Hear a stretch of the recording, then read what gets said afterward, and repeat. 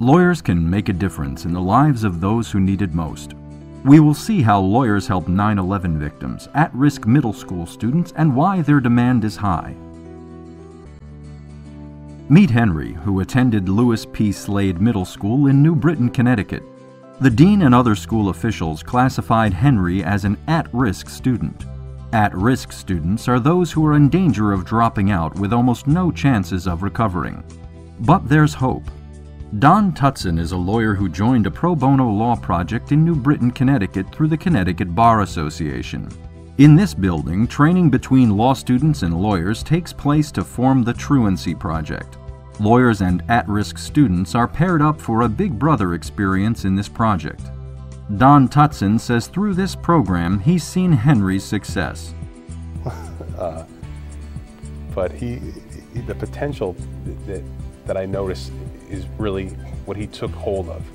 And he was even able to do that when he was feeling down about himself. And I see that transition now, and he's become a much more confident person, and actually sounds like he likes school now and enjoys going, versus where he was hesitant and would have an excuse why he didn't go, why I was late. I haven't heard that this year, so it's been very rewarding to see that. I would say I got to a position where I was a bit of the go-between between the school and his parents at home. There was a gap, I think, between the two forces there that he kind of fell between. So I was able to coordinate with, say, the dean of students and one of his social workers especially, to really get insight onto what was bothering him. And once I was able to do that and talk with his mother at home, we were able to encourage him and point him in the right direction and help him stay focused. And when you're a student who's missed the number of days that he had missed, you're in jeopardy of having the court system become involved. And that's really, it was to Henry's credit that he saw that coming and his family saw it coming, and they voluntarily went into this program first, which was very important, because you don't want to get the students who are already dropped out or already so far gone that the court system has to take over. You want to actually get them while they still are in school and have the resources available. So I think once I was involved and helped focus him, his parents, and the school kind of on the same page, it became easier, I thought, for him to say, hey, I'm going to go to school today, instead of I'm going to blow it off. We visited Henry's house in New Britain and spoke with his mother. She says she has seen the improvement since the time when Henry did not want to go to school. He's not the type that liked to buckle down a lot. So it was confusing for him quite a lot. A lot of people didn't understand him. He was not a fast learner. I was always skipping classes, and I was picking on kids. So, yeah. And then your lawyer showed up and threatened you, right? And said, you don't do that anymore, and you've changed right away. Right? Isn't that what happened? Yeah. His mother and his stepfather were very involved at that point. So when he was absent or late, I would get a phone call with an explanation, versus they didn't know where he was, they didn't know why he was late, they didn't understand why he was getting in trouble at school. All those things became part of the conversation between the parents, the school, and myself. He is a bright young man. He just had a little focus problem. So he would get frustrated, and not going to school was the outlet. Start saying, well, my throat hurts. I got a test today. I was like, well, what are you afraid of? Don't be afraid of tests. Or he's like, and then we would get into an argument about it, and that's when I would just be like, okay, I'm not gonna argue. Just let him cool down. And by that time, it was too late to get him to school. Henry now attends E.C. Goodwin Technical High School in New Britain, where he focuses on heating, ventilation, and air conditioning. Throughout the whole exploratory program, where I go to every trade, that was the highest one I got in. I got 98 in that one. Kids also have different time horizons. We as adults, especially in the law world, we go on increments of 30 days, 60 days. And if you're 30 days out with one of your students and you haven't shown interest or shown sort of the reward that they deserve, you can lose them. So I think going forward, mentors and attorneys should look to really staying on top of their kids and incentivizing them each week with the program, because it's very important. He's just actually a really nice gentleman to be around, and I would definitely vote for Don if he ever ran for president. 9/11 was a tumultuous time for American citizens. However, lawyers around the country and in Connecticut found their way to help victims and their families through the clouds of smoke.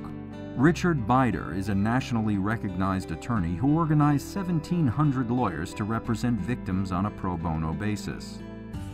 So all of our lawyers, all 1,700 of them, put in their time and effort on behalf of their particular clients and didn't charge any fees. And since we collected, I think, maybe $2.5 billion for our people, even at 10%, the lawyers that were in the program gave up a substantial amount of. I know from experience that when a loved one dies, especially dies suddenly, the life of the surviving spouse and children is forever knocked asunder. And the bottom line is the assistance we're trying to provide is not simply to provide lawyers to people requesting lawyers, but to provide assistance for those people who cannot afford to retain lawyers on their own. Michael Getnick, president of the New York Bar Association, explains pro bono law work as a whole. Pro bono law work is emphasized at the bar, where lawyers offer their time and services for free to those who cannot afford one.